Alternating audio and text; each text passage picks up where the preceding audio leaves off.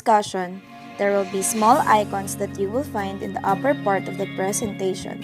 Those are indications that our activities, tasks, and discussions are guided by the multiple intelligences. Welcome to our music class, Lesson Proper 1.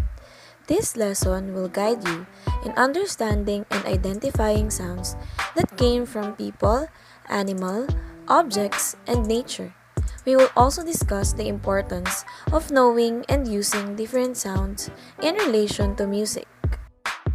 That's why, during discussion, you are expected to produce and identify different sounds. Let's start with our listening activity. Are you familiar with the sound?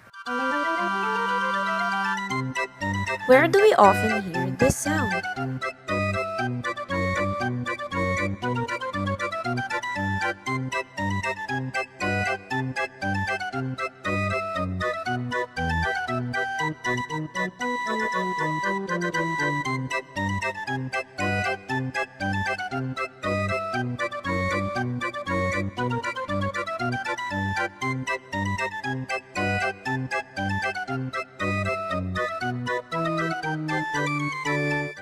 That's right. We can hear it in a circus. Circus is a place where performers put on a diverse entertainment shows that may include clowns, acrobats, trained animals, musicians, dancers, hoppers, magicians, and many more. Some of the students heard the song or sound on a part of the movies that you've watched. Some of you might not know the title of the movie, but there are sounds that can help trigger memory. That's why your brain remembers the tune. Through hearing, sound can also help us identify who or what is making the sound. That's why our lesson for today involves different sources of sound. These are people, animal, object, and nature. Let's start with people. Can you give me an example of sound that people make?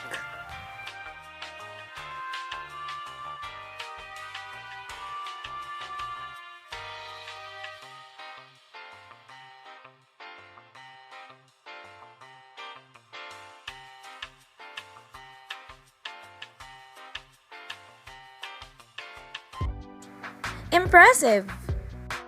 Sound of the people includes shouting, singing, and talking. But not only with our voice can we make sound. We can also use different parts of our body by clapping, snapping, and stamping. This time, can you give me examples of animals that can make sound?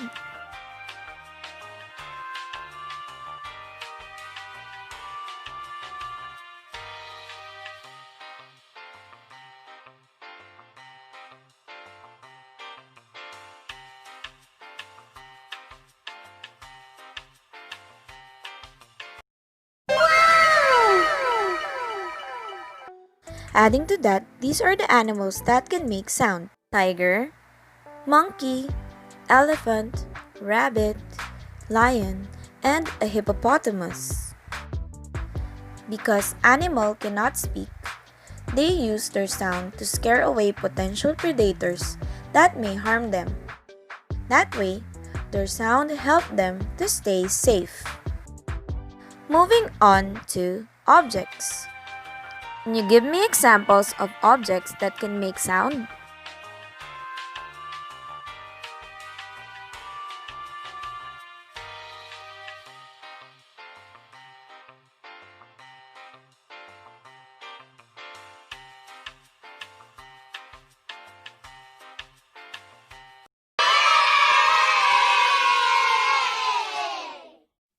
Some objects that can make sound can be seen around us. It includes glass, coins, spoon and fork, electric fan, or a television.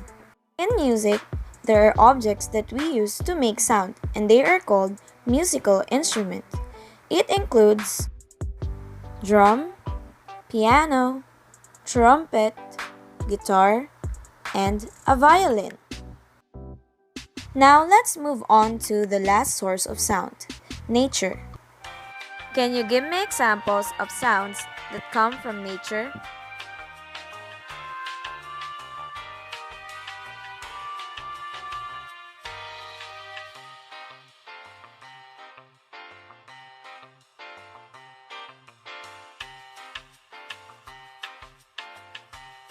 That's right. Sound in nature includes waves, rain, and thunder. Again, the sources of sound are people, animal, object, and nature. Try to answer this question. Why do you think you need to learn the different sources of sound?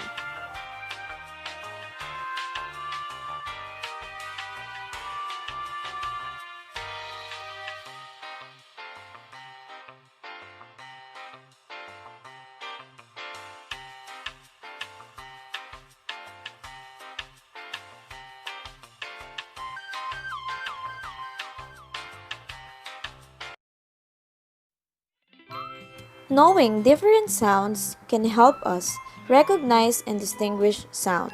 It enables us to use sounds properly in life and especially in music. Did you know there is another way to enjoy sound, and it is called sound healing therapy? It uses aspects of music to improve physical, emotional, and well-being. That includes reducing stress, anxiety, and depression. This therapy may include listening to music, meditating, playing instrument, and moving to the beat.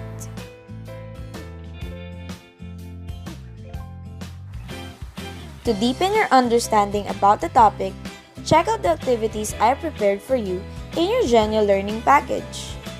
See you next time! Bye!